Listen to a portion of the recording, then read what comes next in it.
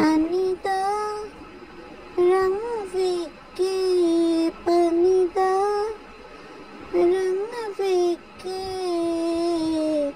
अखियाँ चुन दे।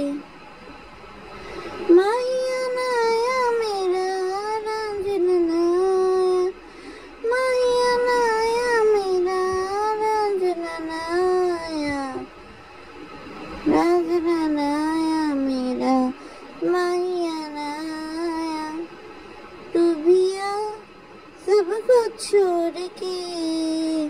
আসসালামু আলাইকুম দর্শক, সবাই কেমন আছেন? তো আমার এই পানি পানি গান শুনে আপনাদের নিশ্চয়ই একটা সিনেমার কথাই মনে পড়ছে, আর সিনেমাটার নাম হলো ভিকি ডোনার। তো ভিকি ডোনার সিনেমাটা যারা দেখেননি তারা একটু হালকা করে সার্চ দিয়ে দেখে ফেলতে পারেন, অথবা ট্রেইলারটা দেখলে অথবা উইকিপিডিয়ায় গিয়ে সার্চ দিলেই বুঝবেন যে আসলে ভিকি ডোনার কি ডোনেট করা নিয়ে রিলেটেড।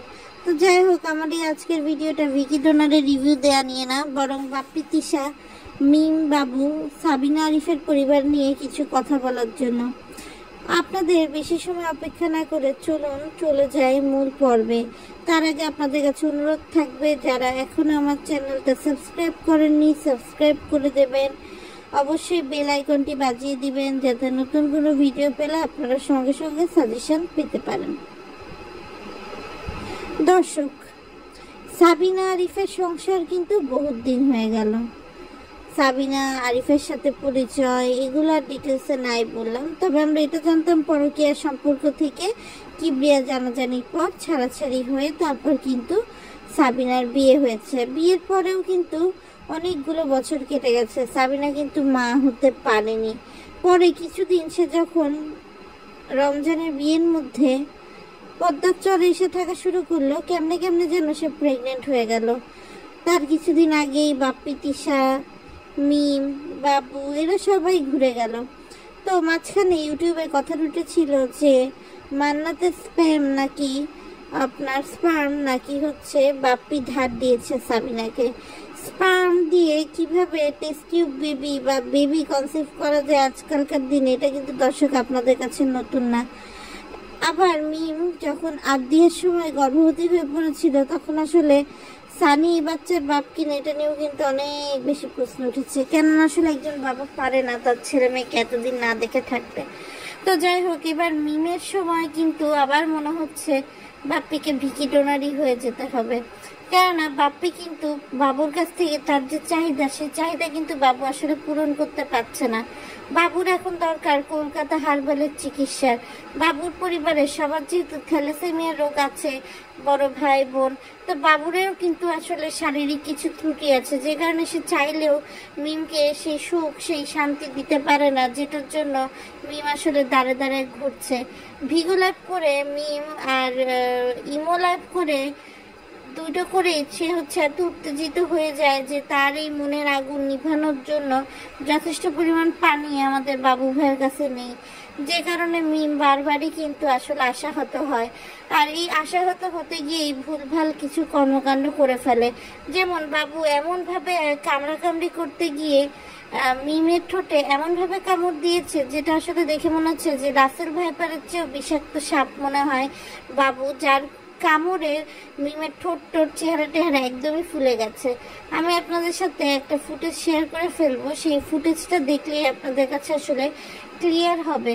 তো মিমের ঠোঁটে এমনি সার্জারি করছে, মিমের ঠোঁট এমনি ফোলা সে কথা তো আমরা জানি, কিন্তু বাবুর এই কামড়াকামড়ি ফুলে মিমের ঠোঁট যে পরিমাণ ঢোল হয়েছে কি আর বলবো দর্শক, ঠোঁটটা ফুলে যে ঢোল হয়েছে।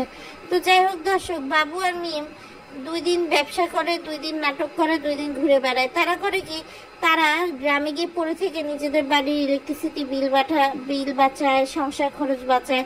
যেমন দেখেন সাবিনা চলে গেছে সেই কবে তার নিজের বাড়ি, বাপ্পি তিশাও আছে পাবনাতে। তাহলে এখন মিম আর বাবুর কি কাজ বলেন? না, তারা এখন এদিক সেদিক ঘুরে বেড়াচ্ছে। সাদিয়া চলে আসছে হচ্ছে আপনার সৌদি আরব থেকে। সাদিয়ার বাড়ি গিয়ে বাবু কুলিগিরি করছে, দিনমজুরগিরি করছে। এরপরে দর্শক দেখলাম মিম বাবু এদেরকে দেখে সাদিয়া আবার দুলাভাই করতেছে বাবুকে দেখে। তো এইসবই দর্শক চলতেছে, এদের ঢাকাতে কোনো কাজ নেই। আবার এই কথাটা জিজ্ঞেস করাতে তারা খুব অফেন্সিভ ফিল করছে, মানে চোরের আবার বড় গলার মতো দর্শক দেখলাম। মানে বাবু খুব মাইন্ড করছে যে সে কি করতেছে না করতেছে এটা নিয়ে মানুষের কেন এত মাথা ব্যথা। আরে ভাই, তুমি একটা কর্মকাণ্ড করবে, মানুষের সেটা নিয়ে মাথা ব্যথা হবে না? অবশ্যই মানুষের মাথা ব্যথা হবে।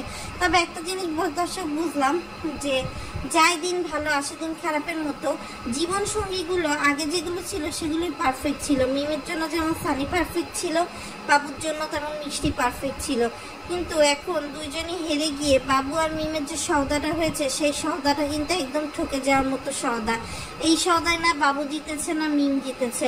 আর আমি একটা জিনিস অবাক হলাম, মিমকে আবদিয়াকে মিমের থেকে দূরে রাখার জন্য কত ধরনের নাটক যে চলতেছে দর্শক, কি আর বলবো।